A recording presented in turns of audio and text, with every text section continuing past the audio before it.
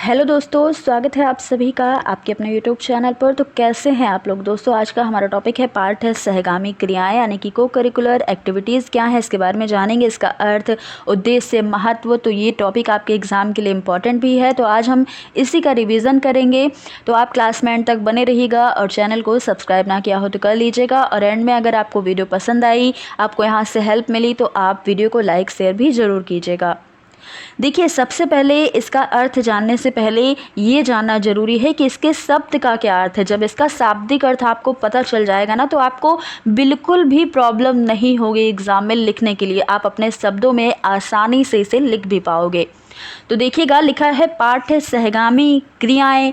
पाठ का अर्थ तो आपको पता है, जो करिकुलम होता है यानी कि पाठ्यक्रम, वही है पाठ्य।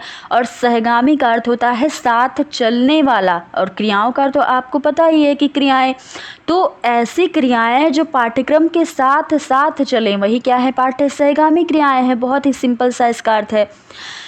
तो अब देखिएगा, यहाँ पर लिखा है कि पाठ सहगामी क्रियाओं से आशय उन क्रियाओं से है। देखिए, पहले तो ये जान लीजिए कि इनके अंतर्गत कौन कौन सी क्रियाएं आती हैं, कौन कौन सी एक्टिविटी होती हैं। जैसे विद्यालय में पढ़ाई के साथ साथ ही खेल कूद का व्यवस्था कर देना, और क्षेत्र भ्रमण पर ले जाना बच्चों को, और आपस में वाद विवाद की व्यवस्था करना। बच्चे आपस में मतलब ग्रुप टीचिंग कर देना, बच्चे ग्रुप में पढ़ सकें, आपस में चीज़ों को समझ सकें ग्रुप डिस्कशन करके।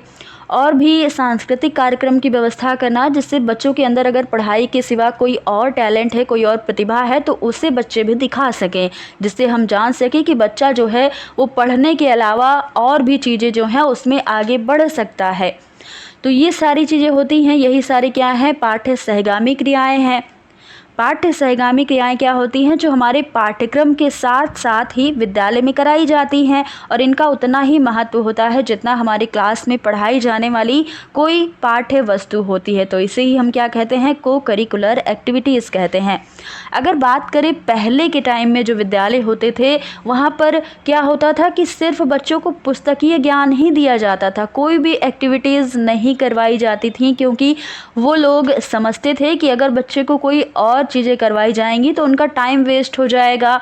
सबसे ज़्यादा ज़रूरी ये समझते थे कि सिर्फ बच्चों को पुस्तक का ज्ञान दिया जाए, सिर्फ बच्चे पुस्तक ही पढ़ लें और उनके अंदर पूरा ज्ञान हो जाएगा। लेकिन इससे क्या होगा कि बच्चे के मानसिक विकास तो हो जाएगा, उनका मेंटल डेवलपमेंट तो अच्छे से हो जाएगा पुस्तक को पढ़ने से, लेकिन उनका ना तो सोशल डेवलपमेंट हो पाएगा, ना उनका पर्सनालिटी डेवलपमेंट हो पाएगा, और ना ही उनका मोरल डेवलपमेंट हो पाएगा। तो अगर बच्चों को जो चीज़ें बच्चे करके सीखते हैं वो ज़्यादा प्रभावी होता है, ना कि पढ़ के सीखने में। तो इसलिए अब आज के ज़माने में आप देखते होंगे, अगर किसी भी स्कूल में आप चले जाएं तो वहाँ 80% जो कार्य है वह एक्टिविटी के द्वारा ही बच्चों को सिखाया जाता है। तो ये चीज़ें बहुत ही अच्छी होती हैं, बच्चे करके सीखते हैं तो ज़्यादा अच्छे से सीख पाते हैं। तो ये चीज़ें होती हैं, यही क्या है, को करिकुलर एक्टिविटीज़ है, जो कि पढ़ाई के साथ साथ बच्चों को करवाई जाती हैं। अब देखिएगा, पाठ्य सहगामी क्रियाओं के उद्देश्य क्या है। तो पहला उद्देश्य होता है कि छात्रों को प्रजातांत्रिक बनाना तथा नागरिकता की उनको शिक्षा प्रदान करना, छात्रों का सर्वतोन्मुखी विकास करना, बच्चों का सभी प्रकार से विकास होकर उनका शारीरिक विकास, मानसिक विकास, नैतिक विकास और सामाजिक विकास, ये सारे विकास हो सके, बच्चे का सर्वांगीण विकास हो सके, ये इसका उद्देश्य होता है। छात्रों को स्वशासन की शिक्षा प्रदान करना, और समाज और विद्यालय के महज आपसी संबंधों को सुदृढ़ करना, और छात्रों की रुचियों का सही मार्गदर्शन करना। तो ये सारे उद्देश्य होते हैं। हो सकता है कुछ बच्चा ऐसा है जो पढ़ने में बिल्कुल भी कमज़ोर है, लेकिन अगर कोई एक्टिविटीज़ करवाई जाए तो वह उसमें बहुत ही आगे निकल जाएगा। तो इसलिए उनकी रुचियों का ध्यान रखा जा सकता है। बच्चा अगर पढ़ने में रुचि नहीं ले रहा है और चीज़ों में रुचि ले रहा है, तो उसको आगे उसी क्षेत्र में आगे बढ़ाना। जैसे कोई बच्चा है जो खेल कूद में बहुत ही ज़्यादा आगे है, तो उसे उसी क्षेत्र में भेजना कि उससे वो क्या करे, वो अपना भविष्य बना सके, खेल कूद में ही आगे बढ़ सके। तो ये चीज़ें हो जाती हैं। अब आगे देखिएगा कि पाठ्य सहगामी क्रियाओं का महत्व क्या होता है, इसका इम्पोर्टेंस क्या है। तो शिक्षा में मनोविज्ञान के प्रवेश के पहले, जब मनोविज्ञान शिक्षा में नहीं आया था, तब के पहले की बात हो रही है कि शिक्षा का उद्देश्य केवल मानसिक वृद्धि करना था, यानी कि सिर्फ मेंटल डेवलपमेंट हो जाए बस, इसके सिवा कुछ भी नहीं। जब मनोविज्ञान नहीं आया था शिक्षा के अंतर्गत, उस समय विद्यालय में सिर्फ बच्चों को किताबी ज्ञान की शिक्षा दी जाती थी। लेकिन आप शिक्षा का उद्देश्य बालकों का केवल तब क्या था, मानसिक विकास करना ही नहीं है आज के समय में, बल्कि मानसिक विकास के साथ साथ शारीरिक, सांस्कृतिक और नैतिक विकास करना भी है। इसलिए अब विद्यालयों के पाठ्यक्रम में शिक्षण के अलावा अन्य क्रियाओं को महत्व दिया जाता है और भी एक्टिविटीज़ विद्यालय में अब करवाई जाती हैं। अब देखिएगा, यहाँ पर कुछ पॉइंट दिए गए हैं। पहला है कि छात्रों में निहित प्रतिभाओं की खोज और विकास करना। पाठ्य सहगामी क्रियाओं के माध्यम से छात्रों में जो प्रतिभा निहित है उनको खोज कर उनको उजागर किया जा सकता है। मतलब अगर बच्चा कोई टैलेंटेड है किसी और क्षेत्र में, पढ़ाई में नहीं किसी और चीज़ में टैलेंटेड है, उसे सिंगिंग पसंद है या डांसिंग पसंद है, तो उसमें बच्चे को आगे बढ़ाना, उनकी प्रतिभा का खोज करके अगर आप एक्टिविटी करवाएंगे तभी आपको पता चलेगा कि हाँ बच्चा डांसिंग में तेज है, बच्चे को सिंगिंग पसंद है, तभी आप जान पाओगे। जब आपको पता चल जाएगा तब आप उसको उस क्षेत्र में आगे बढ़ा पाओगे। अगला क्या है, अतिरिक्त शक्तियों का समुचित उपयोग करना। छात्रों की अतिरिक्त शक्तियों का समुचित उपयोग जो है वो उनकी अतिरिक्त शक्तियों का उपयोग इन क्रियाओं के द्वारा हो सकता है। शैक्षिक दृष्टि से क्या महत्व है, तो इनके माध्यम से छात्र परस्पर सहयोग की भावना, आपस में प्रेम की भावना, सद्भावना, मेल मिलाप और सहकारिता, इन सभी गुणों का प्रशिक्षण प्राप्त कर सकते हैं। विशेष रुचियों का विकास करना। को करिकुलर एक्टिविटी का वैविध्य छात्रों को अपनी ओर आकर्षित करता है और वे अपनी रुचियों के अनुसार उन्हें अपनाते भी हैं। इस तरह उन्हें अपनी रुचियों का तृप्त करने का अवसर मिल जाता है। कुछ बच्चे जो सिंगिंग में तेज होते हैं तो उनको अपनी मतलब रुचि दिखाने का मौका नहीं मिल पाता। अगर आप सिर्फ बच्चों को पढ़ाई ही करवाएंगे, डेली किताबी ज्ञान ही देंगे, तो बच्चा अपनी रुचि को नहीं बता सकता है, लेकिन वह पढ़ाई में भी तेज़ नहीं है तो वह पढ़ाई में भी अच्छा नहीं करेगा। तो जब ऐसी एक्टिविटी करवाई जाएंगी तो बच्चे को अपनी रुचि को दिखाने का मौका मिलेगा, अवसर उन्हें प्राप्त होगा।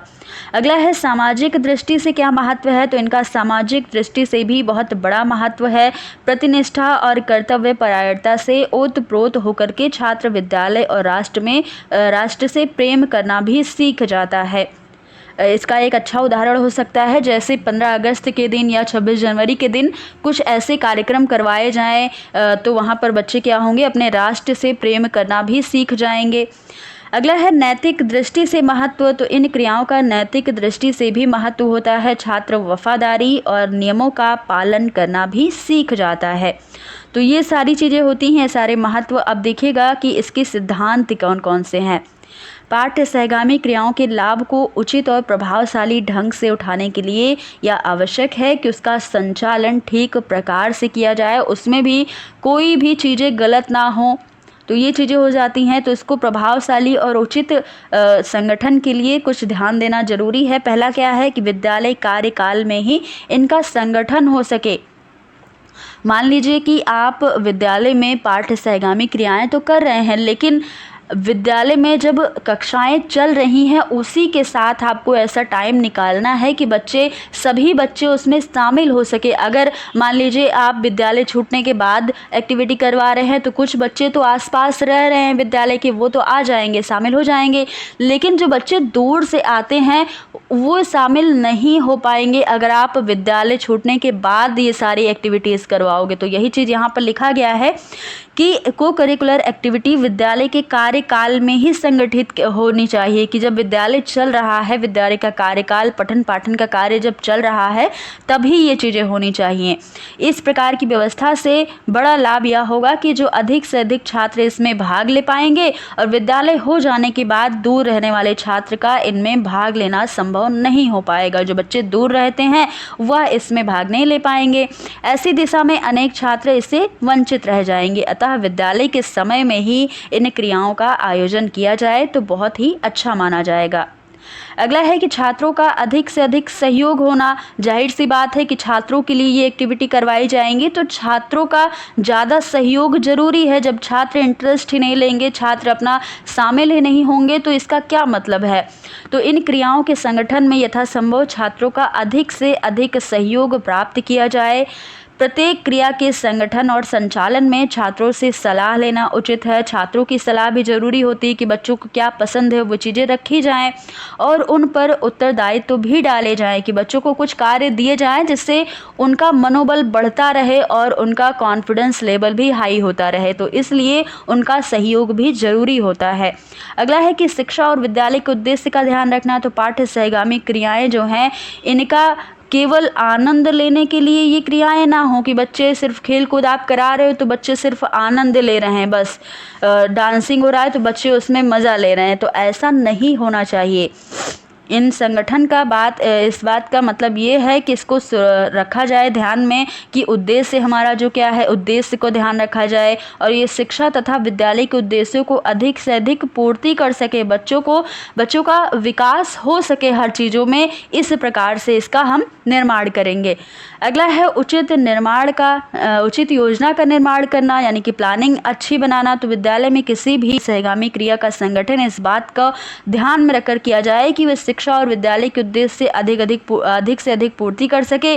जिससे पहले ही मतलब जब आप इसका निर्माण कर रहे हो तभी उसके पहले आप एक प्लान बनाकर चलिए कि हमें क्या क्या करवाना है बच्चों से स्कूल में।